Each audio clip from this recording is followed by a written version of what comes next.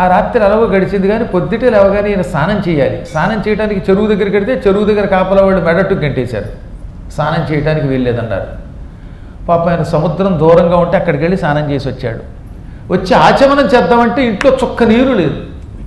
కొన్ని కథలు వింటే హృదయం ద్రవించిపోతుంది. మహాత్ములు ఇలాంటి కష్టాలు పొందారు.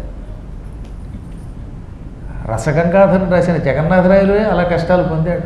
వాళ్ళు వీళ్ళు అనడానికి వెళ్ళేది. ప్రపంచంలో మహాత్ములంతా మొదట్లో కష్టాలు పొందిన వాళ్ళే. ఆ కష్టాలు పొందకపోతే ఇంత గొప్పవాడు ఎలా అవుతాడండి? పట్టుదల ఎలా వస్తుంది? పాపం ఈయన ఇంటికి వచ్చి పద్మావతి సముద్రంలో స్నానం చేశాను, కానీ ఇప్పుడు ఆచమనం చేసి కృష్ణుడి పూజ చెయ్యాలి, పురుష సూక్తం స్త్రీ సూక్తం చదవాలి. నిన్న తెచ్చుకున్న మంచినీళ్ళు కుండలో ఒక్క ఉద్ధరణైనా ఉన్నాయా, ఓ పంచపాత్రకి పనికొచ్చే నీళ్లు ఉన్నాయా అంటే బిందంతా తిరగేసి ఒక్క చుక్కలేవండి, రాత్రికే అయిపోయాయి అంది ఆవిడ. పోనీ చుట్టుపక్కల వాళ్ళని బతిమాలి తేకూడదంటే ఆ అవమానం కూడా అయిపోయింది. తాగడానికి కూడా మంచినీళ్ళు లేవంటే ఒక్కళ్ళు ఇంట్లోకి రానివ్వడం లేదు, ఏ నూతి దగ్గరికి వెళ్ళనివ్వడం లేదు, చెరువుల దగ్గరికి వెళ్ళనివ్వడం లేదు. నన్ను చూస్తే మండిపోతున్నారు. ఎందుకు వచ్చింది ఈ బాధ? నేను మిమ్మల్ని వదిలేసి వెళ్ళిపోతాను. అందరి కాళ్ళు పట్టుకుని పశ్చాత్తాప్తురాలను అయ్యాను. నేను ఆయన పెళ్లి చేసుకుని పొరపాటు చేశాను, నన్ను క్షమించండి అని పశ్చాత్తాపంతో శరణు కోరి మిమ్మల్ని అయినా ఇంట్లో కలుపుకోమంటాను, కులంలో కలుపుకోమంటాను, నేను వెళ్ళిపోతాను, నన్ను వదిలేయండి అంటే చస్తే ఇద్దరం కలిసి చద్దాం, బతికితే బతుకుదాం, ఏమైనా పర్వాలేదు, నువ్వు వెళ్ళడానికి వెళ్ళలేదు. ఇది మా గురువు గారి ఆజ్ఞ. పరమ పూజ్యుడు రాధారమణ స్వామి వారు నిన్ను నాకు అంటగట్టాడు. నువ్వు నాలో ఒక భాగం, అమ్మవారి కళది, నువ్వు వెళ్ళడానికి వీల్లేదన్నాడు ఆయన. వెళ్ళకపోతే చచ్చిపోతామేమో అంది ఆవిడ. ఇంతలో పరాశరుడు వచ్చాడు. జయదేవ, ఇదేం కర్మమో, ఎక్కడికి వెళ్ళినా నీళ్లు పుట్టడం లేదు, ఎవరూ ఏ వస్తువు ఇవ్వడం లేదు, కొట్లలో సామాన్ అమ్మడం లేదు, అసలు బయటికి వెళితే ఉమ్ముతున్నారు అన్నాడు ఆయన. జయదేవుడు, భగవంతుడి పూజ చేయడానికి నీళ్లే కావాలా? ఆచమనం చేయకపోతే మానసికంగా చేస్తాను. మానసిక పూజ గురించి మహాత్ములు చెప్పారు. శంకరాచార్యుడు అంటే ఈయనకి చాలా ఇష్టం అండి. ఈయన 10వ శతాబ్దం వాడు, శంకరుడు ఎప్పుడో క్రీస్తు పూర్వం వాడు. అందువల్ల ఆయన రాసిన మానస స్తోత్రం చదివినవాడు ఈయన. శివకేశవులకి అభేదం పాటించే గొప్పవాడు. జయదేవుడు కృష్ణ భక్తుడైన ఎప్పుడు శివుడిని తిట్టలేదు చూడండి మీరు అందరూ ఎక్కడన్నా. అంత గొప్పవాడు. రత్నై కల్పితమాసనం హిమజలై సానంచ దివ్యాంబరం నానారత్న విభూషితం మృగవద మోదాంకితం చందనం జాతి చంపక బెల్వపత్ర రచితం పుష్పంచ ధూపం తథా దీపం దేవదయానిధే పశుపతే హృత్కల్పితం గృహ్యతాం అన్నాడు. నా మనస్సులోనే దీపం వెలిగిస్తున్నాను, రకరకాల పూజా ద్రవ్యాలు ఇస్తున్నాను. ఇవేమి బయటికి కనపడవు. ఆచమనానికి నీళ్లు లేకపోవచ్చు, పువ్వులు లేకపోవచ్చు, ఇవ్వడానికి గంధం లేకపోవచ్చు, ధూపం దీపం ఏమీ లేకపోయినా హృదయంలోనే కల్పించి మానసిక పూజ చేస్తాను అన్నాడు ఆయన. ఏమీ లేనప్పుడు నా మనస్సే నీకు నైవేద్యం, నా మనస్సులోనే ఆచమనం చేస్తున్నాను, సంకల్పంతో అన్నీ సమర్పిస్తున్నాను అనాలట. అందుకే చిట్ట చివర యద్యత్కర్మ కరోమి తత్తదఖిలం శంభో తవారాధనం, నేను ఏ పనులు చేసినా అవన్నీ నీ ఆరాధనం అన్నాడు శంకరుడు. అది చాలా అద్భుత భావన. ఏమీ లేనప్పుడు లేదని బెంగపెట్టుకోక్కర్లేదండి, మానసికంగా చేయమన్నాడు అంతే. అందుకని నేను బయటికి వెడతాను, సముద్ర తీరంలో మానసికంగా సంధ్యావందనం చేసుకుని అర్చన చేసుకుంటాను అని ఇంట్లోంచి బయలుదేరాడు. నువ్వెక్కడికి వెళ్ళడానికి వెళ్ళలేదు, ఇక్కడే ఉండు అని గుణపం తీసుకున్నట్టు పరాశరుడు. ఈయన కంగారు వచ్చింది. వెంటనే పద్మావతి కూడా వచ్చి వద్దొద్దు అన్నయ్యో గుణపం వద్దంది. కాదు, ఇవాళ ఈ జనము నేను తేలిపోవాలన్నట్టే.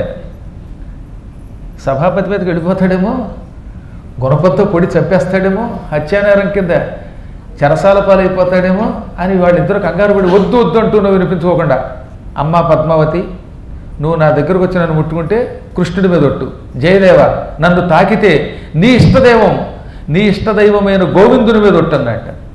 పాపం వాళ్ళిద్దరూ దాంతో ఏమీ చేయలేక ఆగిపోయారు. కానీ లోపల వాళ్ళకి భయం పట్టుకుంది. ఈ గుణపం పట్టుకుని ఎక్కడికి వెళ్ళి ఏం చేస్తాడో, చెయ్యకూడని పని చేస్తాడేమో, చుట్టుపక్కల వాడు పొడి చేస్తాడేమో, లేకపోతే వాళ్ళు ఈ గుణపంలో కొన్ని వీడి పొడుస్తారేమో అనుకుంటూ ఉండగా ఆయన ఏం చేయలే. ఆయన పెరట్లో ఈశాన్యం దగ్గరికి వెళ్ళాడు. గుణపం పుచ్చుకుని గోవిందా నువ్వు ఉన్నావని నిరూపించు. ఈ చుట్టుపక్కల వాళ్ళు ఒక్క చుక్క నీరు ఇవ్వడం లేదు, కానీ నీ పాదాల నుండి గంగ పుట్టిందని నేను పురాణంలో విన్నాను, పద్మాగర్ గారు కూడా చెప్పారు, అది నమ్మా. నాకు పాతాళ గంగ ఇయ్యి అని గుణపంతో గోవిందాన్ని ఒక్క పోటు పొడిస్తే పాతాళ జలం తక్కువ తలుకొచ్చింది పై. ఇంత ఆయన కష్టపడి నుయ్యం తవల. నుయ్యి తవ్వడం అంటే అంత తేలిక. గుణపంతో నేల మీద ఒక పోటు పడవడంతో అడుగు నుంచి ఉవ్వెత్తున జలం పైకి వచ్చింది, ఉవికి వచ్చింది. అసలు నిజంగా నేను గీత గోవిందం రాసినటువంటి భక్తజయదేవుని చరిత్ర చదువుతున్నప్పుడు ఈ ఘట్టం వినగానే ఎక్కడ లేని పరవశత్వం నేనే పొందాను, ఆనందం పొందాను. గుణపంతో నేల మీద పడవడంతో పాతాళ గంగ వచ్చింది, చుట్టూత ఒక వరలు వచ్చాయి, నుయ్యి తవ్వబడినట్టు అయిందనమాట. మంచి విశాలమైన వెడల్పైన నుయ్యి తయారయ్యింది. మళ్ళీ ఆ నూతిలోకి మెట్లు కూడా వచ్చాయి, దిగుడుగా ఏర్పడిపోయిందిట. ఇటువంటి మహామహిమ కలియుగంలో కూడా ఎంతోమంది చూపించారు. ఇక్కడ గొప్పతనం పరాశరుడిదే అనాలి. ఎందుకంటే అతనికి జయదేవుని మీద భక్తి, పద్మావతి మీద భక్తి, కృష్ణుడి మీద భక్తి. ఈ పుణ్యాత్ములకి అన్యాయం జరగకూడదు, అన్యాయం జరగకుండా న్యాయాన్ని ప్రసాదించే గోవిందుడు ఉన్నాడని నమ్మి, గోవిందుడిని నమ్మి గుణపంతో కూడిచాడు. ఈ గుణపం గోవిందుడి కటాక్షంతో భూమిని చీల్చింది, పాతాళ జలం పైకొచ్చేలా చేసింది, దిగుడి బావి వచ్చేలా చేసింది. ఆనందపడిపోయి పరాశరుడు, చూసావా తమ్ముడు జయదేవ, ఇది ఎంత గొప్పదో, ఇందులో ఉన్న నీరుతో యుగ యుగాల పాటు చుట్టుపక్కల వాళ్ళందరికీ మనం జలదానం చేయొచ్చు. ఇప్పుడు ఈ చుట్టుపక్కల వాళ్ళకి బావులు ఎండిపోతే వాళ్ళ టావులు విడిచిపెట్టి మన దగ్గరికి రావాల్సి వస్తుంది. చూసావు అని వెంటనే పంచపాత్రతోటి బిందులతోటి నీళ్లు పట్టుకొచ్చి లోపలికి పట్టుకొచ్చేసాడు. హాయిగా ఆచమనం చేసి కృష్ణుడికి రోజు కంటే బాగా అభిషేకం చేశాడు. ఇప్పుడు ఈయన పచ్చకర్పూరాలు అవి అన్నీ కలిపి కృష్ణాభిషేకం చేశాడు. పురుష సూక్తం, స్త్రీ సూక్తం చదువుకుంటూ శుభ్రంగా పూజ అయిపోయింది. ఇక్కడే జరిగిందో తమాషా. ఈయన ఆచమనం చేసుకుని శుభ్రంగా అర్చన చేసుకున్నాడు. లోపల పద్మావతి వంట చేసింది. మధ్యాహ్నం పూట వంట కృష్ణుడికి నివేదన చేసి ఇక కాసేపట్లో భోంచేద్దాం అనుకున్న సమయానికి సభాపతి గారు ఇంటికి వెళ్ళారు. ఆయన ఇంటికి వెళ్ళి ఏమేవు భోజనం అన్నాడు. ఆవిడ భోజనం పట్టుకొచ్చింది. ఎప్పుడు ఈ భోజనంలోకి ఊరగాయ లేకపోతే బాగుండదని చెప్పానా? ఆవకాయ లేని అన్నం ఏమిటి, చక్కగా మామిడికాయ పచ్చడి పట్టుకురా, ఊరగాయ పట్టుకురా అన్నాడు ఆయన. ఆవిడ లోపల నుంచి మంచి కొత్త ఆవకాయ పట్టుకొచ్చింది. వేసవకాలంలో మే నెలలో పెట్టిన ఆవకాయ, మంచి ఘాటైన ఆవకాయ, అద్భుతమైన ఆవకాయ. మళ్ళీ బెల్లం వేసిన దిక్కుమల్ల ఆవకాయ కాదు, మైదారి ఆవకాయ. బెల్లపు ఆవకాయ పెట్టండి అసలు వీడు మొహం తగలే అని నేను అనలేదు, జయదేవుడు అన్నాడు. మంచి ఘాటైన ఆవకాయ పట్టుకొచ్చింది. ఈయన ఆవకాయ కలుపుకొని తిని మంట మంట బాబోయ్ మంట అన్నట్ట. ఇదేంటండి ఈ మాత్రానికే మంట అంటారు, ఎంతకంటే ఎక్కువ కారం తింటారు కదా అంటే, అది కాదే నీ మొహం తగలయ్యా మంట అన్నాడు ఆయన. మధ్యలో మంట వస్తే నా మొహం ఎందుకు తగలేయడం అండి అంది. కాదే మంట, మంచినీళ్ళు తగలయి అనగానే ఆవిడ చెంబుతో మంచినీళ్ళు ఇచ్చింది. మంచినీళ్ళు చెంబుడు తాగేశాడు.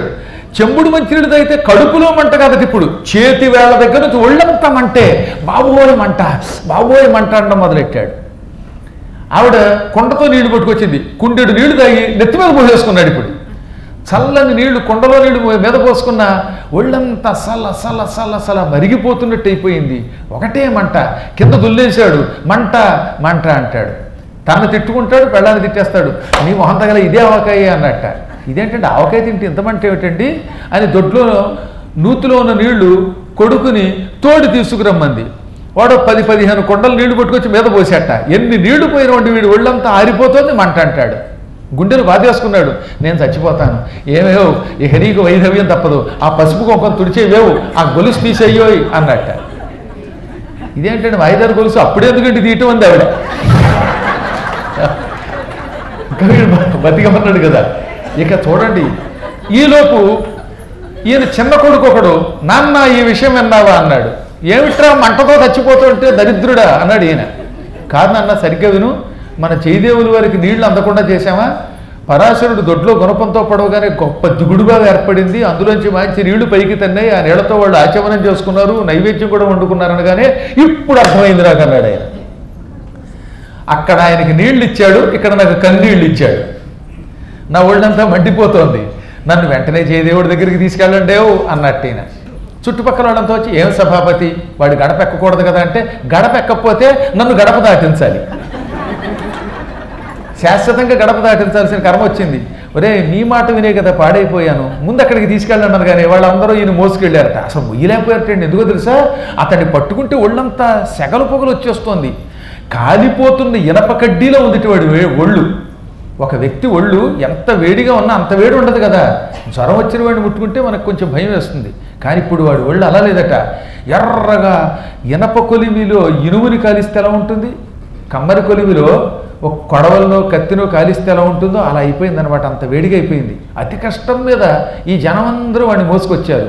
సభాపతి గారికి మంటట మంటట అని ఊళ్ళో వాళ్ళంతా ఆయన వెనకతలు వచ్చారు. ఆయన మంటతో బాధపడుతుంటే ఏదో చేసుంటాడు లంచం పుచ్చుకుని అన్నారు తప్ప మనం ఎక్కేస్తే ఆయనకి కష్టం వచ్చిందని వాడు ఎవడో అండల్లా. మానవులు అలా ఉంటారండోయ్. మనని బాగా బాధ పెడతారు, రెచ్చగొడతారు. తప్పు చేశాక ఆ తప్పుకు శిక్ష మనం అనిపిస్తే అచ్చిగా అచ్చిగా బాగా అనిపించాడు, వాడి పాపవాడు అనిపించాడు అంటారు. అందుకని పక్కవాడు రెచ్చగొట్టినప్పుడు రెచ్చిపోకూడదు, నమ్మకూడదు, ఎవడి పనులు వాడు చేసుకోవాలి. ఈ జనమంతా సభాపతి ఏడుపులకి కూడా వచ్చారు.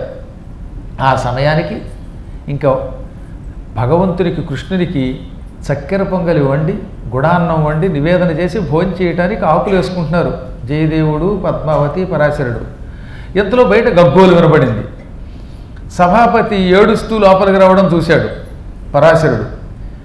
మాకు చుక్క మంచినీళ్ళు లేకుండా చేసి తీరా మేమేదో కష్టపడి కృష్ణానుగ్రహంతో నుయ్యి తవ్వుకుంటే అక్కడికి కూడా వచ్చి మమ్మల్ని పాడు చేయడానికి ప్రయత్నిస్తున్నారా అని గుణపం తీసేట. ఎవడన్నా గడప దాటి లోపలికి వచ్చారా గుణపంతో బుర్ర పగల కొడతారు, మా గడప ఎక్కడానికి వీల్లేదన్నాడు ఆయన.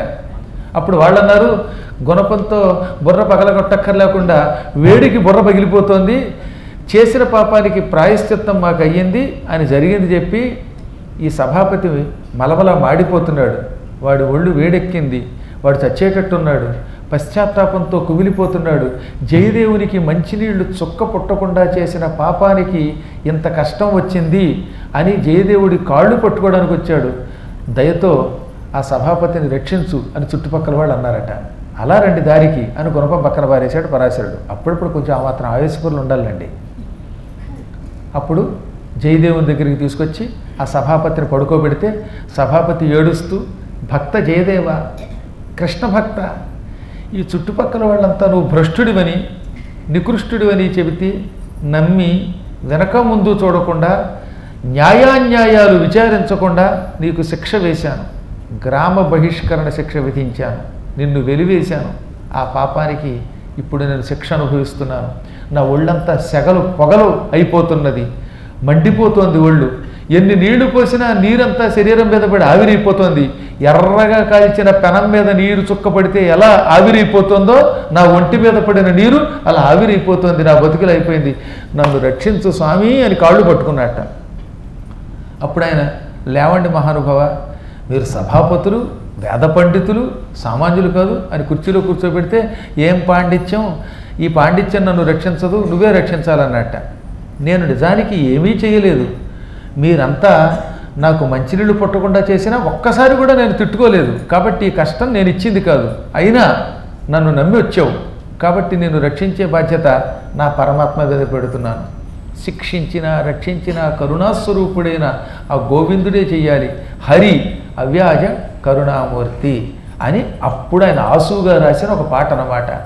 ఆ పాట రాశాకే ఆ సభాపతి జాతకం బాగుపడింది. జయ జయ దేవ హరే హరే, జయ జయ దేవ హరే హరే, జయ జయ దేవ హరే.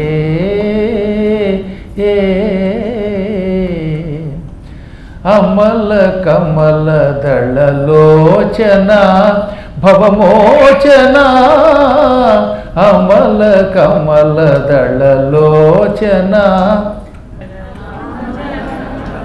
అమల కమల దళలోచన భవమోచన, త్రిభువన భవన నిధాన, త్రిభువన భవన నిధాన, త్రిభువన భవన నిధాన.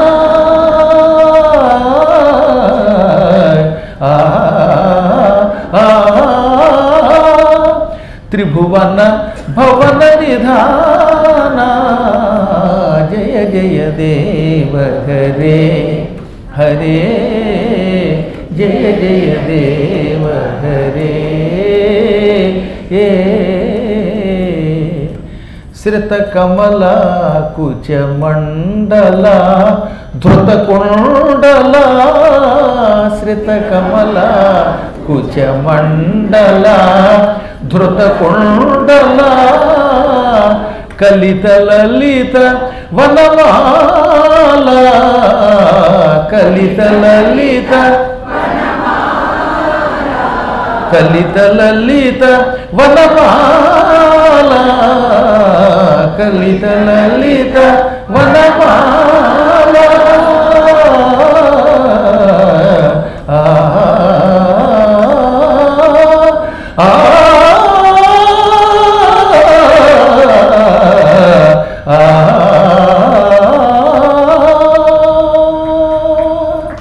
కలిత లలిత వనమాల జయ జయ దేవ హరే హరే జయ జయ దేవ హరే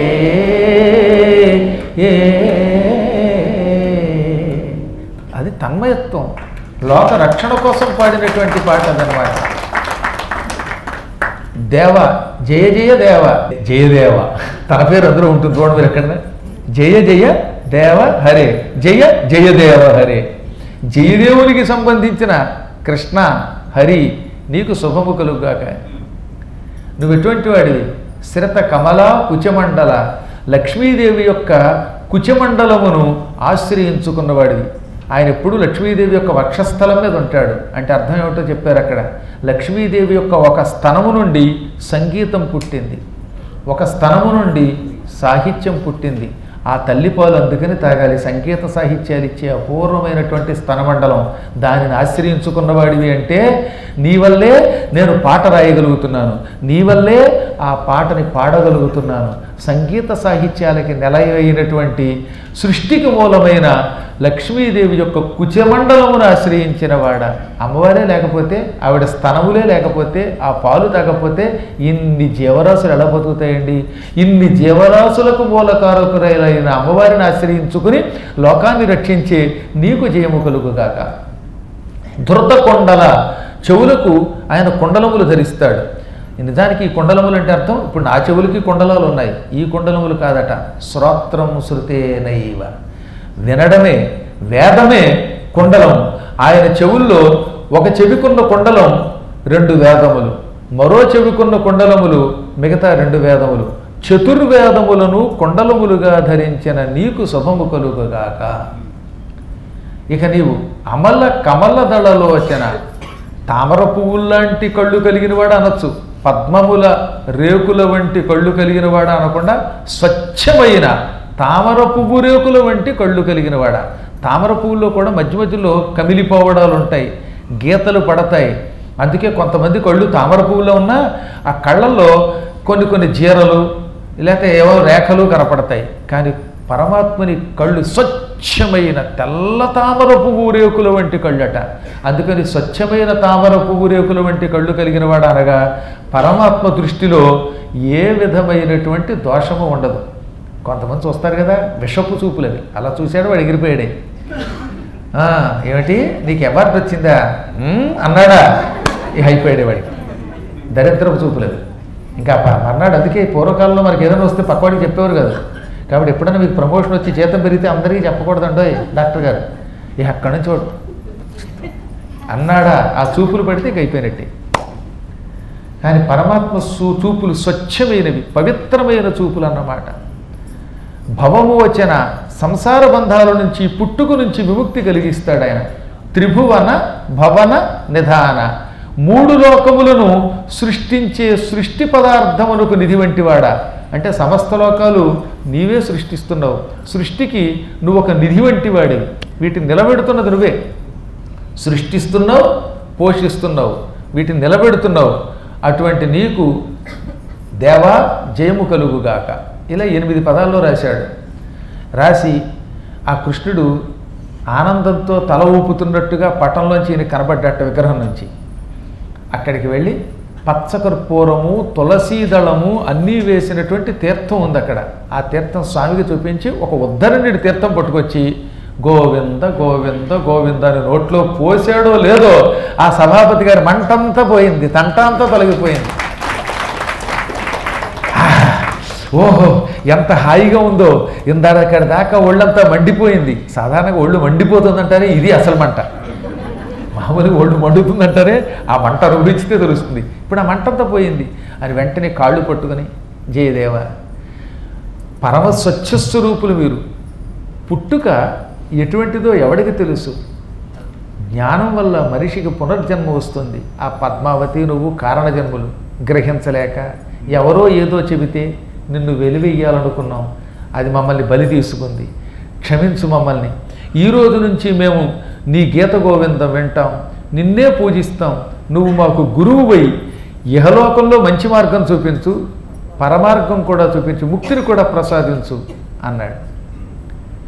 ఆ తర్వాత నుంచి ఇంకా జాతకమే మారిపోయింది. చూసారు, ఊళ్ళో ఎవరు తిట్టారో వాళ్ళు పొగట్టడం మొదలెట్టారు. హాయిగా పూట నివేదన అయ్యి అందరికీ భోజనం పెట్టేటండో ఆయన. మళ్ళీ ఇదొకటి, వాడికి మంట తొలగించడమే కాకుండా ఈవిడ వంట చేసి అందరికీ పెట్టవలసి వచ్చింది. వచ్చిన వాళ్ళంతా అక్కడే కూర్చున్నారు, మధ్యాహ్నం పూట వచ్చారు కదా, మళ్ళీ క్యారేజీ అక్కడ అందరికీ అక్కడ శుభ్రంగా కడుపారో భోజనం పెట్టింది. నిజంగా ఆవిడ చేతి వంటటంటే ఆవిడ అలా గుప్పెడు బియ్యం తీసి అసట్లో వేస్తే పద్మావతి ఎంతమందికైనా సరిపోయేదిట భోజనం. మరి ఆవిడ చేతి మహిమ, భక్తి మహిమది. అందరికీ భోజనం పెట్టింది. అక్కడ నుంచి ఆ ఇల్లంతా ఓ ధర్మసత్రం అయిపోయింది. ఎందుకని ఈయన పాటలు రాయడం, ఆ పాటలు ఇతరులకు వినిపించడం, భాగవతం చెప్పడం చేసేవాడు. అందరికీ భాగవతం చెప్పేవాడు. జనం అంతా వచ్చేవారు. వచ్చిన వాళ్ళు మధ్యాహ్నం కూడా భోజనం చేసేడతారు కదా, మరి రాత్రిపూట వచ్చిన వాళ్ళు రాత్రి భోజనం కూడా. మళ్ళీ రాత్రిపూట భోజనంలో అయితే సేమ్యా ఉప్మాలు, మళ్ళీ దాంతోపాటు చట్నీలు, మధ్యాహ్నం పూట భోజనాల్లో అయితే ఏవో పులుసులు పకోడీలు, పొద్దుటిపూట అయితే మళ్ళీ అటుకులు పులిహార ఇడ్లీలు, ఇవన్నీ కావాలి. అన్నీ చేసి పెట్టేది ఆవిడ. ఈయనేమో భాగవతం చెప్పేవాడు. ఆ మరునాడు ఒక తమాషా జరిగింది టండోయ్. అక్కడికి దగ్గరలోనే ఈ బిందు బిల్వంలో ఓ చెరువు ఉంది, చాలా గొప్ప చెరువు అది. ఆ చెరువులోనే నీళ్లు తీసుకోకుండా ఇతన్ని అందరూ నిషేధించారు. ఇంట్లో నుయ్యి వచ్చినా ఈయన రోజు ఆ చెరువు దగ్గరికి వెళ్ళి అక్కడే సంధ్యావందనం చేసేవాడు ఒకప్పుడు. ఇప్పుడు ఇంట్లో నుయ్యి వచ్చింది కదా అని చెరువుకి వెళ్ళడం మానేయలేదండోయ్. పూర్వకాలంలో కాశీ వెళ్ళినప్పుడు బాత్రూంలో నీళ్ళు వచ్చినా అందరూ గంగలో స్నానం చేసేవారు. మన కర్మగారు ఇప్పుడు అమ్మమ్మ గంగలో స్నానం చేస్తే చాలండి, గంగలో మునిగితే పుణ్యం వస్తుంది కాబట్టి బాత్రూంలో స్నానం చేస్తామండి అంటారే కొందరు. అలా అనేవారు కదా రోజుల్లో. కాశీకి వెళ్ళి గంగా స్నానం చేయక, అందులో సంధ్యావందనం చేయక, ఆ నీళ్ళే వస్తున్నాయి బాత్రూంలో అని సరిపెట్టుకోవడం ఎంత కర్మ, అవునా? ఆ కర్మయోగం లేనివాడు జయదేవుడు, కొంచెం నాలాంటివాడు. అందుకని రోజు ఆ చెరువు దగ్గరికి వెళ్ళి హాయిగా స్నానం చేసి, పక్కన మంచినీటి కొలను ఇంకోటి ఉండేది, ఆ మంచినీటి కొలనులో నీళ్లు తీసుకుని అక్కడే సంధ్యావందనం చేసి ఆ తర్వాత ఇంటికి వచ్చేవాడు. ఆ పూట ఎందుకు ఆయనకి తెల్లవారుజామున 3ంటికే మెలకు వచ్చేసింది. కారణం ఏమిటో తెలియదు, ఒక్కోసారి అలా మెలకు వస్తాయి.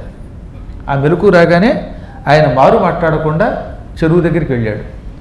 అప్పటికి ఆకాశం అంతా ఇంకా నల్లగానే ఉంది. ఇదేమిటి, సూర్యుడు ఇంకా రాలేదు, తూర్పు తెల్లవారకుండానే తొందరపడి వచ్చినట్టున్నాను, బహుశా భ్రమ కలిగిందేమో, నాకు తెల్లవారింది అనే ఊహ కలిగి ఇక్కడికి వచ్చాను, ఇంకా తెల్లవారలేదు, పోనీ ఇక్కడ కాసేపు కూర్చుందాం. తెల్లవారాకే స్నానం చేసి సరిగ్గా సూర్యోదయ సమయంలోనే అర్ఘ్యం ఇవ్వడం ఆ రోజుల్లో ధర్మం. ప్రత్యూష పవనాంకురములు పైగొను వేళ వామనస్తుతి పరత్తమున లేచి సచ్ఛాత్రుడగుచు నెచ్చలు నేగి అయ్యేట అఘమరషణ స్నానం ఆచరించి సాంధ్యకృత్యము తీర్చి సావిత్రి జపించి సైకతస్థలి కర్మ సాక్షి కెరగి అని మనకి అల్లసారి పెద్దన గారు అద్భుతమైన మాట చెప్పారు. ఎప్పుడూ కూడా సూర్యుడు అలా ఉదయిస్తున్న సమయానికి అక్కడికి వెళ్ళి ఆ సమయంలోనే సంధ్యావందనం చేసి అర్ఘ్యం ఇచ్చి అప్పుడు గాయత్రి మంత్రాన్ని జపించి ఇంటికి వచ్చేవారు. ఈలోపు ఏం చేసేవారు అన్నమాట, ఈ కట్టుకున్న గుట్టలతో స్నానం చేయాలి ఇప్పుడు నదుల్లో. అందుకని నదిలో స్నానం చేశాక ఈ బట్టలు ఒడ్డు మీద ఇసుకలోనో లేకపోతే తిన్నెల మీదో ఆరేసేవారు. పొడి బట్టలు కట్టుకుని జపం చేసేవారు. వీళ్ళు జపం చేసే సమయానికి ఈ బట్టలు ఆరిపోయేవి. ఫలసమిత్కుశ కుసుమాది బహుపదార్థతయు ఉదికిన మడుగుదోవతులు కొంచు బ్రహ్మచారులు వెంటరా బ్రాహ్మణుండు వచ్చునింటికి ప్రజదన్ను మెచ్చి చూడ. అంత గొప్ప కాలం అది.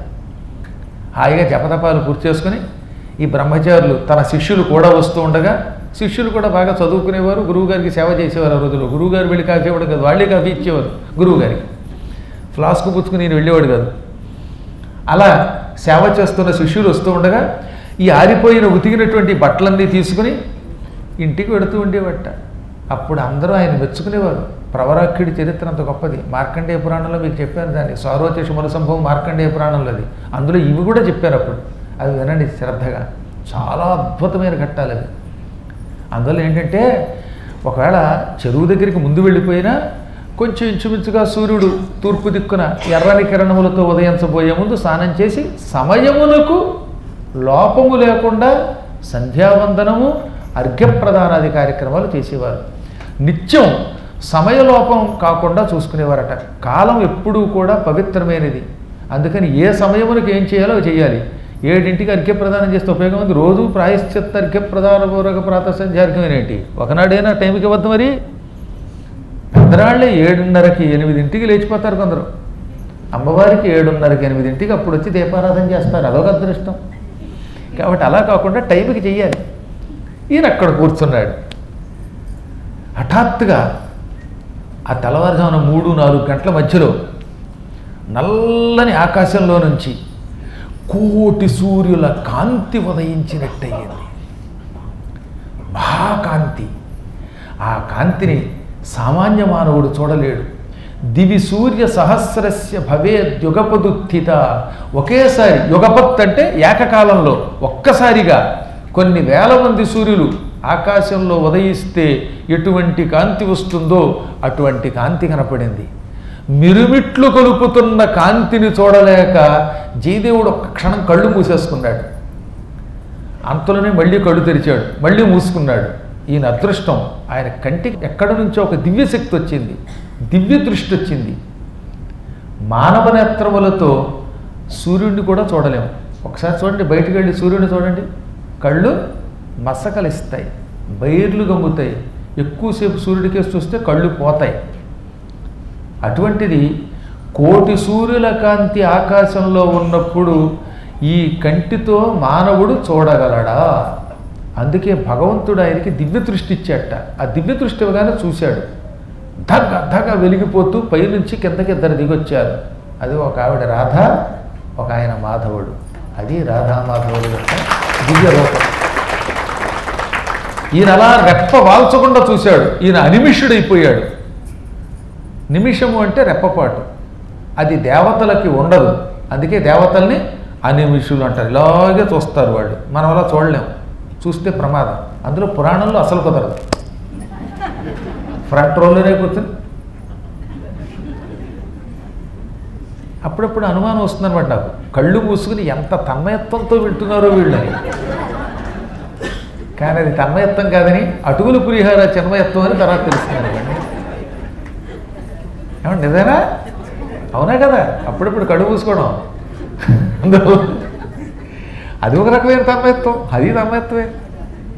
కారణం ఏంటో తెలిసిన, అన్నం బ్రహ్మేతి వ్యజానాత్ అంటుందా లేదా వేదం?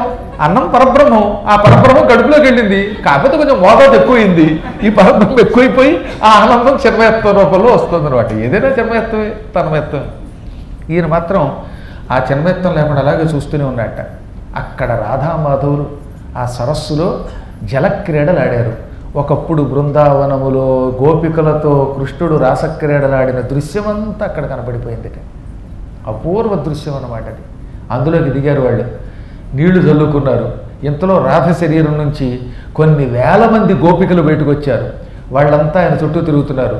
కొంతమందిని కౌగిలించుకున్నాడు, కొందరిని ముద్దు పెట్టుకున్నాడు, కొందరి చేతులు పట్టుకుని ఉప్పులు కుప్ప ఆడాడు, కొందరి మీద నీళ్లు చల్లాడు, కొంతమందికి కొప్పులు సరిచేశాడు, కొందరికి కొప్పుల్లో పువ్వులు పెట్టాడు, కొందరికి చెవులకి కొండలాలు పెట్టాడు, కొందరికి కాళ్ళుత్తాడు అలిసిపోయిన వాళ్ళకి. ఇంత సేవ చేశాట. అదే నారియు నారియు నడుమ మురారియు. ఆ ఇద్దరు మధ్యలో చేరారట. ఇద్దరు స్త్రీలు, మధ్యలో ఒక కృష్ణుడు, ఇద్దరు కృష్ణులు, మధ్యలో ఒక స్త్రీ. ఈ విధమైన అపూర్వ దృశ్యం కనపడింది. అద్భుతమైన దృశ్యం అన్నమాట. ఇంతలో శ్రీకృష్ణ పరమాత్ముడు హఠాత్తుగా వాళ్ళ మధ్యన మాయమైపోయాడు. మొత్తం భాగవత దృశ్యం అంతా జయదేవుడు చూశాడండి. ఇది చూసిన తర్వాత రాసిన స్తోత్రమే యా రమిత వనమాలిన. ఇది కేవలం కృష్ణ దర్శనం వల్ల రాశాడు ఆయన. అద్భుతమైన దృశ్యం. మొత్తం బృందావనంలో గోపికలతో ఆయన యమునా తీరంలో విహరించిన దృశ్యం అంతా కనపడింది. హఠాత్తుగా ఆ క్రీడలన్నీ అయిపోయాయి. చూస్తూ ఉండగా చెరువులో రాధామాధవుల విగ్రహాలు కొట్టుకొచ్చాయి. రాధ విగ్రహంగా మారిపోయింది, కృష్ణుడు కూడా విగ్రహం అయిపోయాడు. వెంటనే ఈయన చెరువులోకి దూకాడు, ఆ విగ్రహాలు తెచ్చుకున్నాడు. ఆ విగ్రహాలే భక్త జయదేవుడి దగ్గర చాలా కాలం ఉండేవి. అప్పుడు ఇప్పుడు సాక్షి గోపాలుడిని గుడి ఉంది కదా మన గుడి, ఆ గుడిలో ఆ విగ్రహాలు ఉన్నాయి. ఉత్సవమూర్తులు, స్వయంభూ విగ్రహాలు అవి. చెరువులో బిందు బిల్వములో స్వయముగా రాధామాధవులిద్దరూ విగ్రహ రూపం ధరించి జయదేవుడి చేతిలోకి వచ్చారు. ఆ రోజు నుంచి ఆ విగ్రహాలు విడిచిపెట్టకుండా జయదేవుడు పూజించాడు. వాటిని తర్వాత ఇప్పుడు ఉత్సవమూర్తులుగా గుళ్ళో పెట్టారు. వాటి కళ్యాణాలు చేస్తూ ఉంటారు. అటువంటి చోటకి వాళ్ళు మనం రాగలిగాం. పూరీ జగన్నాథం అంటే మాటలు అనుకోకండి. ఇప్పుడు ఆ మొత్తం ఘట్టం అంతా చెప్పుకుందాం అనమాట. ఒకప్పుడు గోపికలంతా మార్గశీర్ష మాసం రాగానే కృష్ణుడే మాకు భర్త అవ్వాలి అనుకున్నారు. కృష్ణుడు భర్త కావటం అంటే అంత తేలిక కాదు, కృష్ణుడి పొందడం అంటే అంత తేలిక కాదు. దానికి ఒక వ్రతం చేయాలి. ఆ వ్రతం కాత్యాయని వ్రతం. హేమంతే ప్రథమే మాసి నందవ్రజ కుమారికాః చేరుర్హవిష్యం భుంజానః కాత్యాయన్యర్చన వ్రతం. హేమంత ఋతువులో ప్రథమే మాసి మొదటి మాసమునందు అంటే మార్గశీర్ష మాసమునందు. హేమంత ఋతువులో మార్గశీర్షము పుష్యము అని 2 మాసాలు ఉంటాయి. అందులో మొదటి మాసమునందు మార్గశిర మాసంలో ఈ నందగోకులంలో ఉన్న స్త్రీలంతా తెల్లవారుజామున లేచారు. యమునా నదిలో స్నానం చేశారు. యమునా తీరంలో ఇసుకతోటి కాత్యాయని విగ్రహం తయారు చేశారు.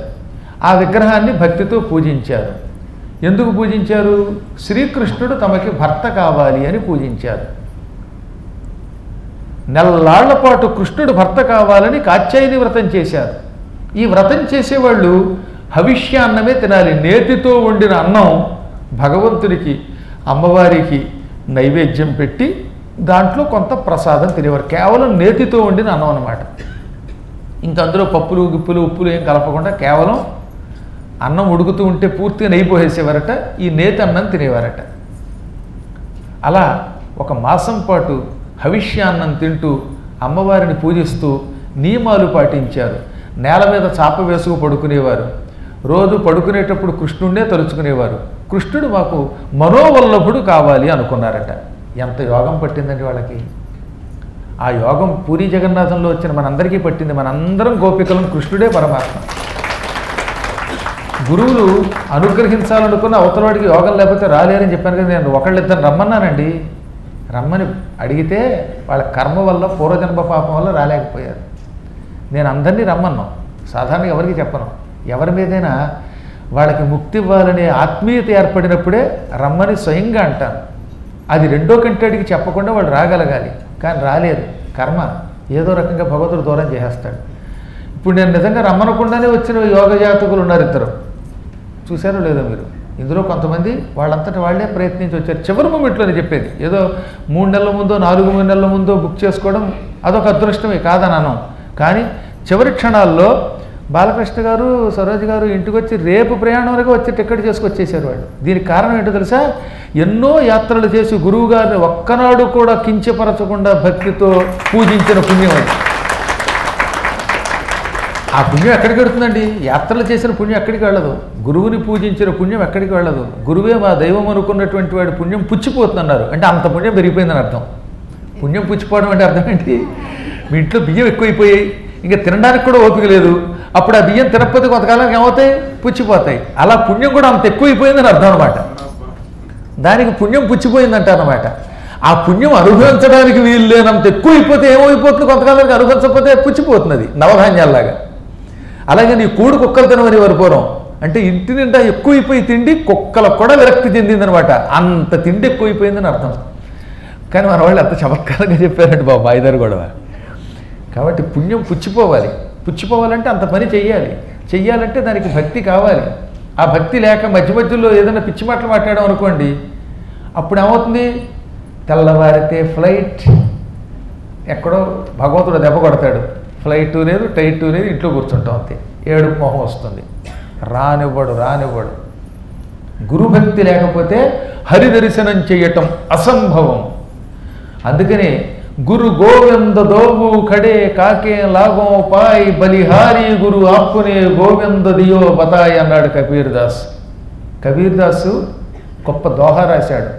నా ఎదురుగుండా గురువు గోవిందుడు నిలబడ్డారు. నేను ఎవరి కాళ్ళకి ముందు నమస్కారం చెయ్యాలా అనుకున్నాను. ఒక క్షణకాలంలో నేను ఒక నిర్ణయానికి వచ్చి ముందు గురువుకే నమస్కరించాను. ఎందుకంటే గురువు అంటూ ఉన్నాడు కాబట్టే గోవిందుడి గురించి తెలిసింది. లేకపోతే నాకేం తెలుసు గోవిందుడు ఉన్నాడని? గోవింద శబ్దం ఎవరు నేర్పారు నీకు? గురువు నేర్పాడు. ఓం క్లీం కృష్ణాయ గోవిందాయ గోపీజన వల్లభాయ నమః అని గురువు చెప్పకపోతే నీకెలా తెలుసు? గురువు లేకపోతే మాటలు ఎక్కడి నుంచి వచ్చాయి? గురువు లేకపోతే ఈ ఉపాసన బలం ఎక్కడి నుంచి వస్తుంది? కాబట్టి ముందు గురువుకి నమస్కరిస్తేనే గోవిందుడు సంతోషిస్తాడు. కనుక గురువుకే నమస్కరించాను. గురువు గారి చేతిలో ఉంటాడు గోవిందుడు.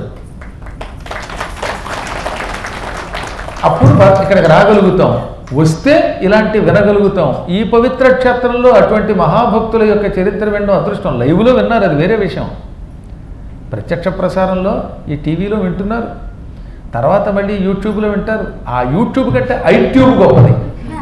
ఎదురుగుండా కూర్చుని చూడడం అదృష్టం కదా, క్షేత్రంలో వినడం అదృష్టమే కదా. కాబట్టి ఎప్పుడైనా గురువులు రమ్మన్నప్పుడు రెండో మాట మాట్లాడకుండా మీ ఆజ్ఞ అనుకుని వస్తే వాడికి ఏ కష్టము ఆటంకం రాదు. ఏమోనండి మీరు రమ్మన్నారండి, ఇంట్లో ఏమైనా పెళ్ళి ఉందేమోనండి, పెటాకులు ఉన్నాయేమోనండి, లేకపోతే పెన్షన్ పెరుగుతుందేమోనండి, వ్యాపారం ఏమోనండి అని అనుమానం వ్యక్తం చేశామా అలాగే అయిపోతుంది. కాదు, మీరు చెప్పారు వస్తున్నాను, ఆటంకం రాదనుకుంటే వస్తారు. ఇదో మన అలాగే అమెరికా నుంచి ఆవిడ మేరీలాండ్ నుంచి జ్యోతి లాంటి వాళ్ళు రాగలిగారు చక్కని. ఆస్ట్రేలియా నుంచి ఒక ఆవిడ వచ్చారు, కెనడా నుంచి ఒక ఆవిడ వచ్చారు, సస్కాచివా అంటుంది దానిపై ఆ ఊరు నుంచి వచ్చారు ఒక ఆవిడ, ఇంకోటి ఏదో మౌంటైన్ నుంచి ఒక ఆవిడ వచ్చారు. ఎన్ని దేశాల నుంచి వచ్చారండి? అన్ని దేశముల నుంచి వచ్చి ఏ ఆటంకం లేకుండా చారుధామ యాత్రలో హాయిగా చూసి బదరీ వచ్చి కేదారం వచ్చి గురువుగారితో పాటు కొండెక్కి దర్శనం చేసుకుని 10 సార్లు లోపలే తిరిగి దర్శనం చేసుకుని ఇంటికి వెళ్ళారు. వాళ్ళ ఊళ్ళు ఇళ్ళకి హాయిగా చేరారు. అది వాళ్ళ గురుభక్తి. వాళ్ళకి మనస్సులో అంత నమ్మకం ఉంది, వచ్చారు. ఆ నమ్మకం లేకపోతే పక్క నుండి హైదరాబాద్ నుంచి కూడా రాలేము. హైదరాబాద్ నుంచి ఫ్లైట్ చేయించుకుని నేను రాలేకపోతున్నాను, నా బదులు వెళ్ళని పక్కవాడిని పంపుతాం. ఎందుకంటే గురుభక్తులు ఎక్కడో తేడా వచ్చింది. తేడా వస్తే గురువుగారు రానివ్వడు, జగద్గురువు రానివ్వడు. ఇదంతా ఎందుకు చెబుతున్నానంటే ఈ లీలలు ఇక్కడ వినడం మీ పూర్వజన్మ సుకృతం. ఇది జగన్నాథుడు స్వయంగా కొలువైన స్థలం, భక్త జయదేవుడు నడయాడిన స్థలం. ఇంకెక్కడితో అవలా ఆయన చరిత్ర ఎంత గొప్పదో మీకు తెలుస్తుందండి. జగన్నాథస్వామి వారు ఎన్ని లీలలు చూపించాడో జయదేవుడికి, అటువంటివన్నీ మీరు వినబోతున్నారు. అది వినబోతున్నారంటే అది పూర్వజన్మ సుకృతం కాక ఏమవుతుంది ఇక్కడ.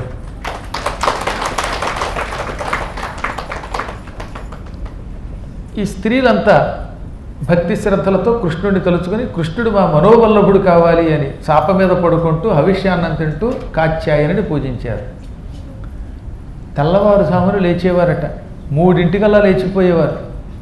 లేచి స్నానం ఇంట్లో చేసి మళ్ళీ మార్గశీర్ష మాసంలో యమునిలో స్నానం చేసేవారు. ఇళ్లల్లో కొంతమంది పెందరాళ్ళు లేవలేరు, అలారం పెట్టుకుని కూడా నొక్కేస్తారు, మళ్ళీ పడుకుంటారు. అటువంటి వాళ్ళ దగ్గరికి వెళ్ళి పడుకున్నావా సుందరి, పడుకున్నావా రమణి, పడుకున్నావా గోపి, పడుకున్నావా రాధిక, పడుకున్నావా అని పడుకున్న వాళ్ళ పేర్లు తలచి ఆ పేర్లతో ఇంట్లో పడుకున్న వాళ్ళని పిలిచి వాళ్ళని లేపి మళ్ళీ అందరూ కలిసి దారి పొడుగుతో కృష్ణుడి యొక్క లీలలు పాడుకుంటూ యమునా తీరానికి వెళ్ళేవారట.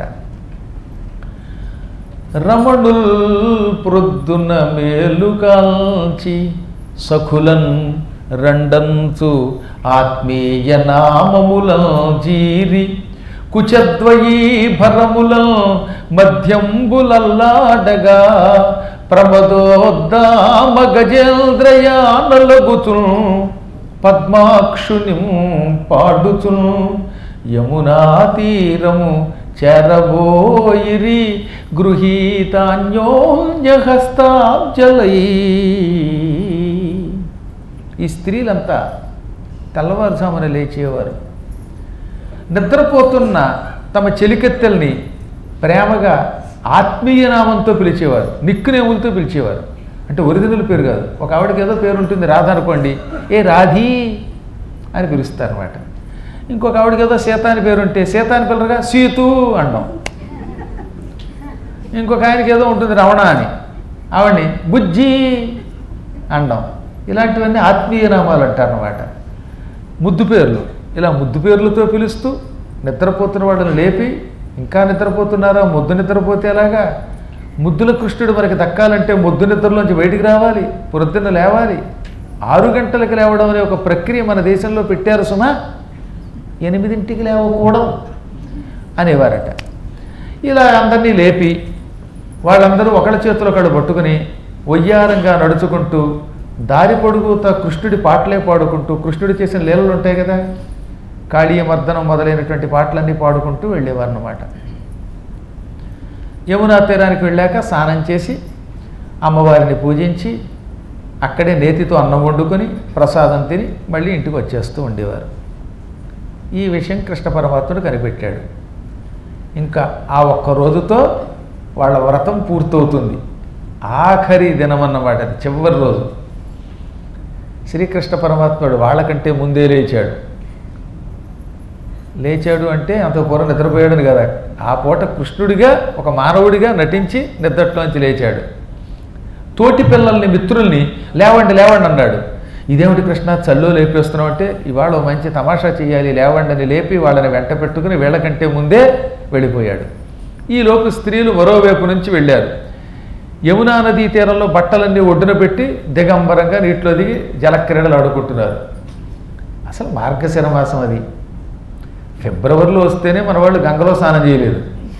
ఇది మాఘమాసంలో నేను ఒక్క పూట లేటుగా వెళ్ళానండి. వీళ్ళంతా పొద్దున్న వెళ్ళారు, నేను ఫ్లైట్లో కొంచెం లేటుగా వెళ్ళగానే మా పారాయణ పనులు ఎవరూ కనపట్టలేదు. ఏ రెండుని అడిగితే నేనే అన్నారు వాళ్ళు. అంటే ఒక్కొక్కడు ఎలుగుబంట్లో ఉన్నారు, కోతి టోపీ, ఒంటికి కోట్లు అవన్నీ వేసుకుని అసలు వాళ్ళు ఎవరో గుర్తుపట్టలేకపోయావు. నేను ఏం చేశాను, ఒక ఆయన్ని అడిగాను ఎలా ఉంది చలి అంటే, ఏం లేదు చలి అన్నాడు ఆయన. ఈయన మాట నమ్మి నేనేం పట్టుకెళ్ళలేదు అది కోటు. ఇక చూడండి గజగజ వణికిపోవటమే. కాబట్టి ఎవరిని నమ్మకూడదని అర్థమైంది నాకు అప్పుడు.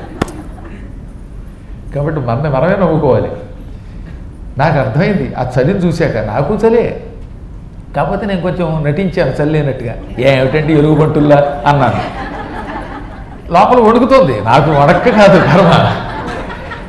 కాకపోతే నేను కూడా చలి ఉన్నట్టుగా ఉంటే వీళ్ళంతా స్నానం చేయరని నేను హాయిగా స్నానం చేసేసాను. పాపం నాతో పాటు ఆ పూట చేసి ఇక 2వ రోజు నుంచి స్నానానికి వస్తే ఒట్టు. ఏమన్నా అంటే పారాయణ అవ్వలేదన్నా. పారాయణ అవ్వలేదంటే గొడవ ఉండదు కదా, అందుకని వేడి నీళ్ళు స్నానం చేయడానికి ఇంట్లో పారాయణ అవ్వట్లేదు కూర్చున్నారు బాబు వాళ్ళు. అంత చలి అంటే నిజంగా ఉడికించేసింది ఆ టైంలో. ఏది మాఘమాసంలో. అటువంటిది మార్గశీర్ష మాసంలో మంటల్లో పడిన చలి పోదని అర్థం. ఆ చలే ఆ శోభ ప్రాణం తీసింది పాపం. లెగ్గిన్ని వేసుకుని పైన చీర కట్టుకుని, ఏది మాఘమాసంలో శివరాత్రి కొద్ది ముందు ఈ కొబ్బరి డొక్కులతో మంట వేసుకుంది పాపం కాశీలో. ఆ డొక్కులు అంటుకున్నాయి. ఈ చీర అంటే తీయగలిగింది కానీ ఈ లెగ్గిన్న వాళ్ళ వల్ల కారిపోయింది. వారం రోజులు ఆసుపత్రిలో ఉంది. శివరాత్రి నాడు శరీరం విడిచిపెట్టేసింది కాశీలో. పాపం కాదు, మనం వ్యవహారంలో పాపం అని జాలి పడతాం కానీ పరమపుణ్యాత్పురాలు కనుక ఏదో వారం రోజులు కొద్ది ఇబ్బంది పడినా మరీ తీవ్రమైన ఇబ్బంది పడకుండా ఆ కాశీ విశ్వనాథుడు శరీరంలో ఐక్యురాలైపోయింది. విశ్వనాథుడిలో లీనమైపోయింది పాపం. కాశీలోనే చచ్చిపోవాలో అని వెళ్ళింది, అక్కడికే వెళ్ళిపోయి శరీరంలో కలిసిపోయింది. ఆయన దివ్య శరీరంలో దివ్యమూర్తిలో లీనమైపోయింది. ఎందుకు చెప్తానంటే అంత భయంకరం చలి అక్కడ. నిప్పులు మీదకు వచ్చినా మనకి ఏమనిపించదు, అంత చలి వస్తుంది. అటువంటి చలిలో వీళ్ళు జలక్రీడలు ఆడారంటే వాళ్ళల్లో ఎంత భక్తి ఉందో ఆలోచించండి. అందుకు చెప్తున్నాను నేను. గముక్కుని బుడుంకుని ములిగి వచ్చేటండి. మార్గశీర్ష మాసంలో మేము కురుక్షేత్రంలో గ్రహణ స్నానానికి వెళ్ళాం. గ్రహణానికి ఎక్కడో చోట స్నానానికి కడతాం. అలా వెళ్ళాం. అప్పుడు నాతో ఎంతమంది వచ్చారు చెప్పండి ఇందులోని వాళ్ళు? చాలామంది కనపడుతున్నారు. ఎలా ఉంది చలి? ఎక్కువసేపు ఎవడన్నా అందులో ఉన్నాడా? ములిగి పరుగు నొట్టుకొచ్చేసి అన్నారు, బట్టలు కట్టారు. నేను ములిగానని నా మీద పట్టుదలతో ములిగారు. ములిగినందుకు వాళ్ళ పాపాలన్నీ ములిగిపోయాయి, వాడు పైకి రాగలిగారు. చాలామంది స్నానాలు చేయరు, చేయలేక ఉడికిపోతారు. అటువంటిది వీళ్ళు ఒకళ్ళ మీద ఒకళ్ళు నీళ్లు చల్లుకుని జలక్రీడలు ఆడుతున్నారట. తోయజనయనలు యమునా తోయములందుంట ఎరిగి దోరగుడయ్యును తోయజనయనుడు హరితన తోయము గోపకులు దాను దోతెంచనృపా. ఈ పద్మాక్షులు గోపికా స్త్రీలు యమునా నదీ జలాలలో జలక్రీడలాడుతున్న విషయం తెలుసుకున్న కృష్ణుడు తన వాళ్లతో అక్కడికి ముందే వచ్చేశాడు. వచ్చి ఇవాళ వీళ్ళని పరీక్షించాలనుకున్నాడు. వాళ్ళేమో జలక్రీడలాడుతూ ఒడ్డును బట్టలు పెట్టి అసలు ప్రపంచం మర్చిపోయి కృష్ణ కృష్ణ కృష్ణ అని నీళ్లు చల్లుకుంటున్నారులేండి. కృష్ణుడు తలుచుకోవటంలో వాళ్ళ శరీరానికి ఎక్కడ చలి అనిపించట్లేదట. ఇంతలో కృష్ణుడు తన మిత్రులను మీరు అల్లరి చెయ్యకండి, నిశ్శబ్దంగా ఉండండి అని కన్ను సైగతో ఆపాడనమాట. అన్నాడు. అనగానే వాళ్ళు శబ్దం చేయకుండా నిశ్శబ్దంగా ఉండిపోయారు. కృష్ణుడు ఏమి చెప్పినా కనుసైగలతో చెప్పేవాట. కనుసైగలతో చెబితే కూడా వాళ్ళు అర్థం చేసుకునేవారట. సాధారణంగా చాలామందికి అర్థం కాదు. అంటే అర్థం కాదు. ఏం చేయమంటారండి అంటాడు. అంటే హారతిమ్మని కదా, మళ్ళీ నాకు సైగలతో అర్థం చేసుకోవాలంటే అవతలవాడికి వీడికి మధ్యలో కొంచెం బంధం ఉండాలి. కృష్ణుడి భక్తులంతా సైగలతో అర్థం చేసుకునేవారట.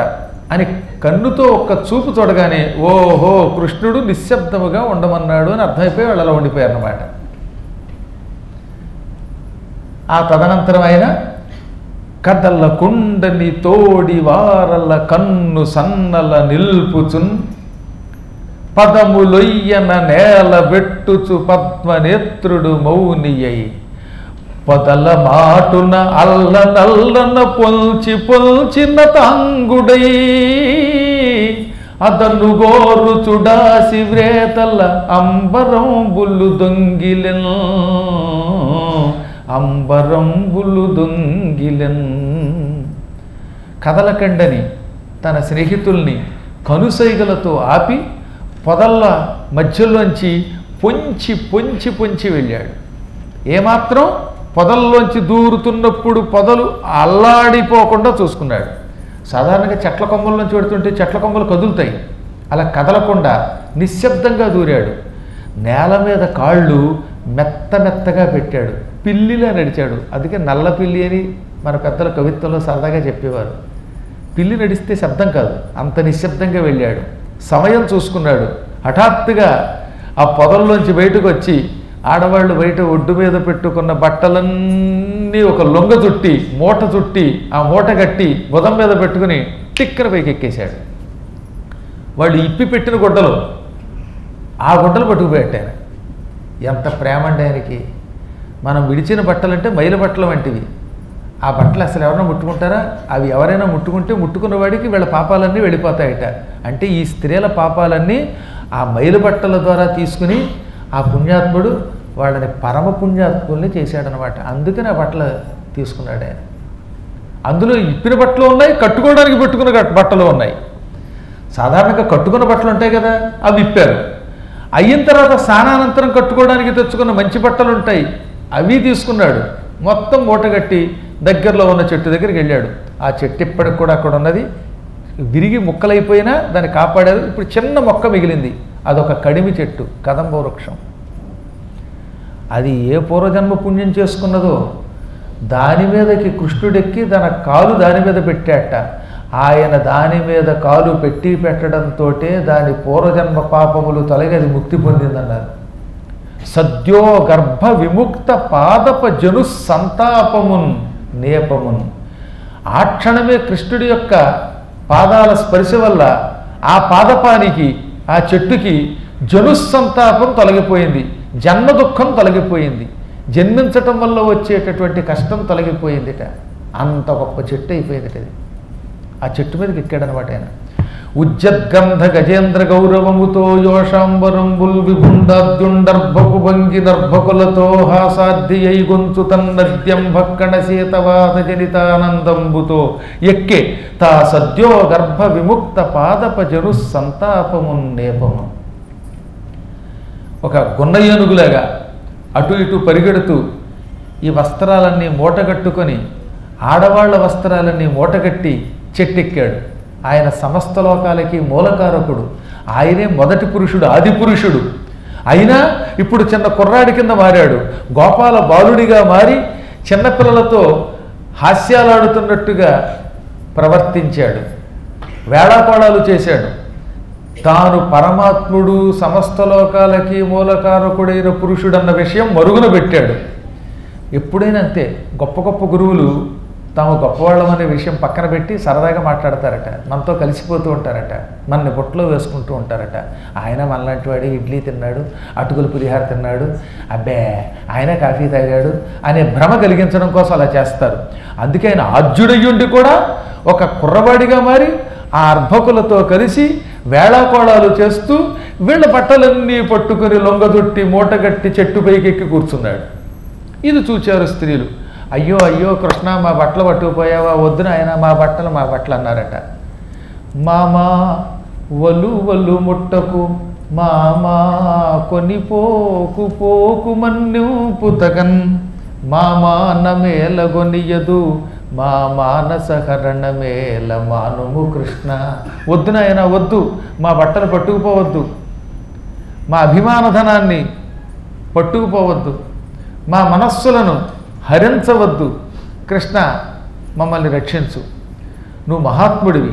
స్త్రీలు స్నానం చేస్తూ ఉంటే అక్కడికి పురుషులు రాకూడదు, పొరపాటున వస్తే కళ్ళు మూసుకుని వెళ్ళిపోవాలి. ఇది శాస్త్ర మర్యాద. నువ్వు పరమాత్ముడివి, గొప్పవాడివి, 10 మందికి బుద్ధి చెప్పవలసిన వాడివి, ఇక్కడికి వచ్చి ఇంత అల్లరి చేస్తావా? ఇటువంటి వింతలు నీ బుర్రలో తప్ప ఇంకెక్కడైనా పుడతాయా? మా బట్టలు మాకు ఇప్పిస్తే నీకు దాసులమైపడి ఉంటాం, నమస్కారం చేస్తాం, మా బట్టలు ఇప్పించవా? ఒకవేళ ఇవ్వకపోతే నందమహారాజు గారికి చెబుతాం, నీ మీద ఫిర్యాదు చేస్తాం, ఆయన నిన్ను శిక్షిస్తాడు అని బెదిరించారు. అప్పుడు ఆయన పక్కపక్క నవ్వాడు. అసలు 10 మంది స్నానం చేసే నదులలో వస్త్రములు లేకుండా ఆడవాళ్ళు స్నానం చేస్తారా? ఒకవేళ చేస్తే దాని ఫలితం ఎలా ఉంటుందో ఇప్పుడు మీరు అనుభవించారు. కాబట్టి ఇది మీ దోషమే. ఇవి పబ్లిక్ ప్లేసెస్, నదులంటే ఏకాంత ప్రదేశాలు కావు. మీరు చేసిన తప్పు మీరు ఇంకా గ్రహించలేకపోతున్నారు. మీకు బట్టలు కావాలంటే నీటిలోంచి బయటకు వచ్చి 2 చేతులు నుదుటికి చేర్చి నమస్కరిస్తేనే మీ బట్టలు మీకు ఇస్తాను, లేకపోతే ఇవ్వను. మీకు బట్టలు కావాలా, నీటిలోంచి బయటికి రండి, లేకపోతే ఇవ్వను అన్నట్ట. ఇప్పుడు వాళ్ళు సిగ్గుపడ్డారు. బయటికి వెడితే ఎలాగా? పోనీ కృష్ణుడు ఒక్కడే ఉంటే ఏదో వచ్చేవాళ్ళం, పిల్లల్ని వెంట వేసుకొచ్చాడు పైగా. అలాగని వెళ్లకుండా ఉంటే చలికి వణికిపోతున్నాం, చచ్చిపోయేటట్టున్నాం, గడ్డగట్టేస్తోంది శరీరం అనుకున్నారు. కొందరు వెడలుదమందురు, కొందరు వెడలుటయు సిగ్గుగొను గోవిందుండందురు, తమలో వడకుచు కొందల మందుడురు. కొంతమంది ఏమో వెడదామంటారు, కొంతమంది వెళ్ళడం ఎలాగే, సిగ్గు కదా, కృష్ణుడుండగా వెడితే మన సిగ్గుల్ని అపహరించడా అని కొందరు అంటారు. ఈలోపు నీళ్లలో చలికి గజగజ వణికిపోయారు, వెడదామా వద్దా అనుకున్నారు. చివరికి కృష్ణుడు, ఆయన పరమాత్ముడు, ఆయన ఏం చెబితే అదే విందాం, ఆయన మనం జగద్గురు అనుకున్నాం, మహానుభావుడు చెప్పినప్పుడు వినకుండా ఎందుకు ఉండడం? ఈ నీళ్లల్లో చలికి గడ్డగట్టి శరీరం విడిచిపెట్టే కంటే ఆయన దగ్గరికే వెడదాం అనుకుని చివరికి 2 చేతులు జోడించి బయటకు వచ్చేశారు. అప్పుడు ఆయన అన్నాడు, అమ్మాయిలు మీకు ఒక విషయం చెబుతున్నాను వినండి, ఇలాంటి వ్రతములు చెయ్యకూడదు. ఏమిటిది దోషం? మీరు చేసిన దోషం, నా నగ్న స్నానమాచరేత్ అని వేదం చెబుతున్నది. అసలు నగ్నముగా స్నానమే చేయకూడదు. ఏది? నదులు లాంటి వాటిలో. వ్రతములు చేస్తున్నప్పుడు ఇంట్లో కూడా చేయకూడదట నగ్న స్నానం. సత్యనారాయణ వ్రతం చేయాలనుకున్నారు, లేదా భాగవత సప్తాహం చేయాలనుకున్నారు, ఇంకేదో వ్రతం చేయాలనుకున్నారు, వరలక్ష్మి వ్రతం చేయాలనుకున్నారు. ఇలా వ్రతం చేయాలనుకున్న వాళ్ళు వ్రతం చేస్తున్న రోజున ఆఖరికి ఇంట్లో బాత్రూంలో స్నానం చేసిన ఒంటికి ఏదో ఒక గుడ్డ లేకుండా స్నానం చేయకూడదు. అందుకే పూర్వం ఇలాంటి పొరపాటు జరగకుండా ఉండడానికి నడువుకు మొలతాడు కట్టేవారు, అందుకని మొలతాడు పెట్టారట. ఈ మొలతాడు నూలే కదా, ఒక్క నూలు పోగైనా ఒంటి మీద ఉంటుంది అని. అలా లేకుండా స్నానం చేస్తే వ్రతం మొత్తం నాశనమై దుష్ఫలితం వస్తుంది, సత్ఫలితం రాదు. అందున నదులలో పొరపాటు కూడా చేయకూడదు. పొరపాటు కూడా వస్త్రం లేకుండా నదుల్లోకి వెళ్ళకూడదండి. వెడితే ఎంత పాపమో మార్కండేయ పురాణంలో చెప్పారు. ఏ గంగా నదులలో స్నానం చేస్తున్నప్పుడు గొడ్డెప్పుకు స్నానం చేయకూడదు, కంపల్సరీగా తువ్వాలో ఇంకోటో కట్టుకోవాలి. అందువల్ల వస్త్రము లేని స్నానం ప్రమాదకరమైనది. మీరు కాత్యాయని వ్రతం చేశారు. ఈ వ్రతం చేస్తున్నంతకాలం బట్టలు లేకుండా నదిలోకి వెళ్ళి స్నానం చేయకూడదు. అలా బట్టలు లేకుండా నగ్నంగా యమునా స్నానం చేయటం వల్ల కాత్యాయని దేవికి మీ మీద కోపం కలిగింది. దానివల్ల మీరంతా నరకానికి పోయేవారు. వ్రత ఫలితం రాదు సరికదా, నరకానికి పోయేవారు మీరు. ఆ ఫలితం మీకు రాకుండా, అంటే నరక ఫలితం, పాప ఫలితం మిమ్మల్ని అంటకుండా ఉండడానికే బట్టలు నేను అపహరించాను. వ్రతనిష్టలయ్యుండి వలువలు ముట్టక నీరు సొచ్చిరి మీరు నియతి తప్పి కాత్యాయనీ దేవి కళ్ళ చేయుట కాక ఈ రీతి నోమువారెందు కలరు. కాత్యాయనీ దేవికి అపచారం చేయటం తప్ప ఇలాంటి వ్రతం చెయ్యొచ్చా? వ్రతనిష్టలయ్యుండి బట్టలు ధరించక యమునులోకి దిగారు మీరు. ఇది మహాపాపం. దీనివల్ల 1000 జన్మలు పురుగులుగా పుట్టేవారు మీరు. అందుకనే నేను మిమ్మల్ని అనుగ్రహించడానికి వచ్చాను. మీకు వ్రత ఫలితం కావాలి, చేసిన తప్పులు తొలగిపోవాలి అనుకుంటే నాకు 2 చేతులు జోడించి నుదుటికి చేర్చి నమస్కరిస్తే అప్పుడు బట్టలు ఇస్తానన్నాడు ఆయన.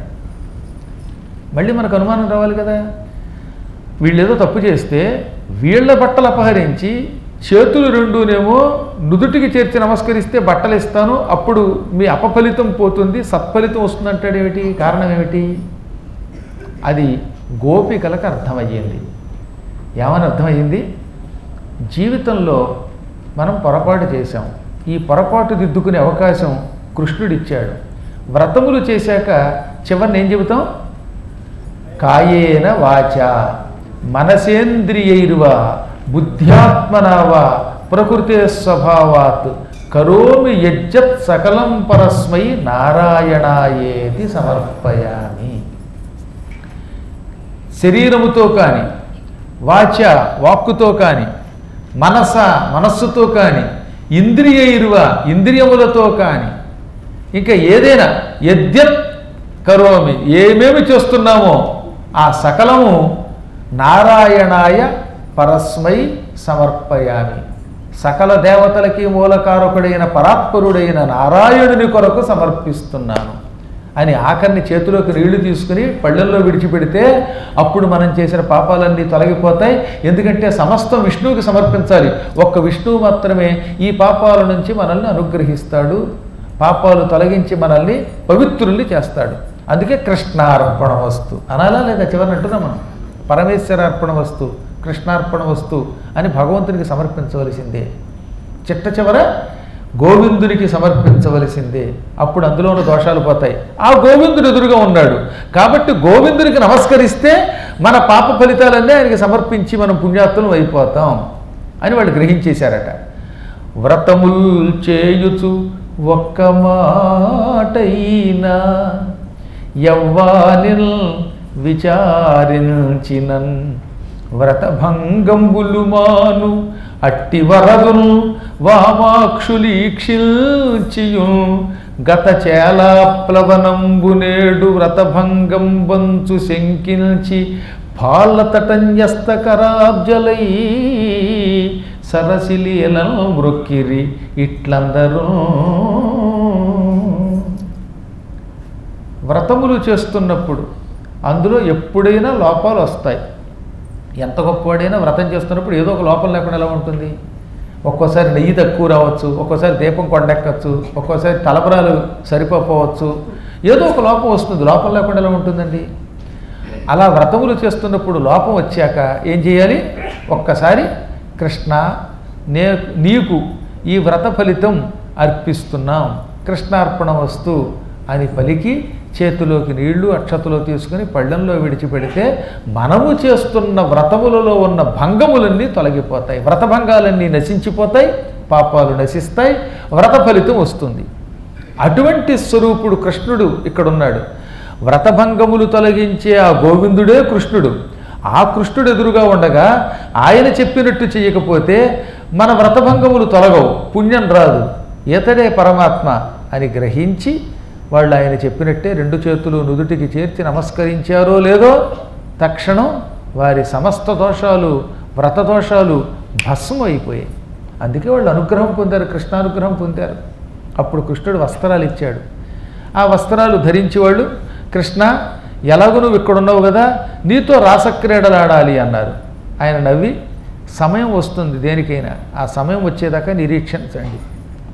రాబోయే కార్తీక మాసంలో శరత్కాలంలో మీతో క్రీడిస్తాను యమునా తీరంలో, అప్పటిదాకా ఇళ్ళకపోండి అన్నాడు. అప్పుడు వాళ్ళు ఇళ్ళకి వెళ్ళారు. శరత్కాలం ఎప్పుడు వస్తుందా అని ఎదురు చూశారు.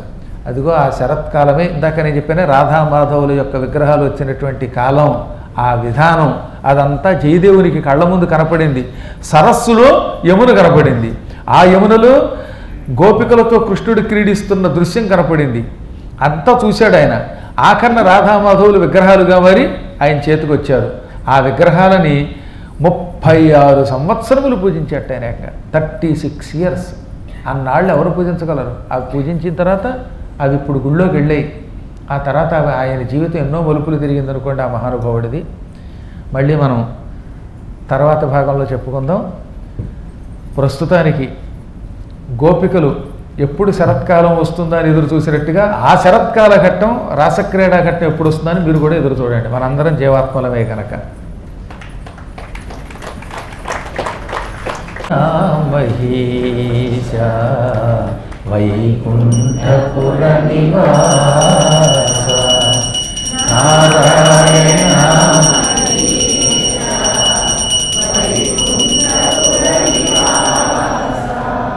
నీలాంబుద ప్రకాశ నిజ భక్త హృదయవాస నీలాంబుద ప్రకాశ నిజ భక్త హృదయవాస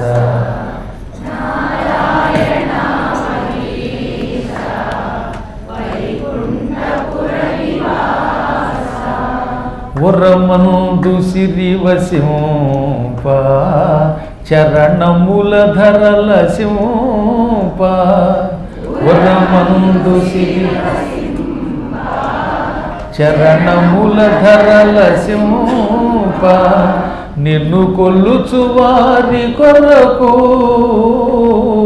విచ్చేసినావు ధరకు నారాయణ మహేశ వైకుంఠపుర నివాస నారాయణ మహేశ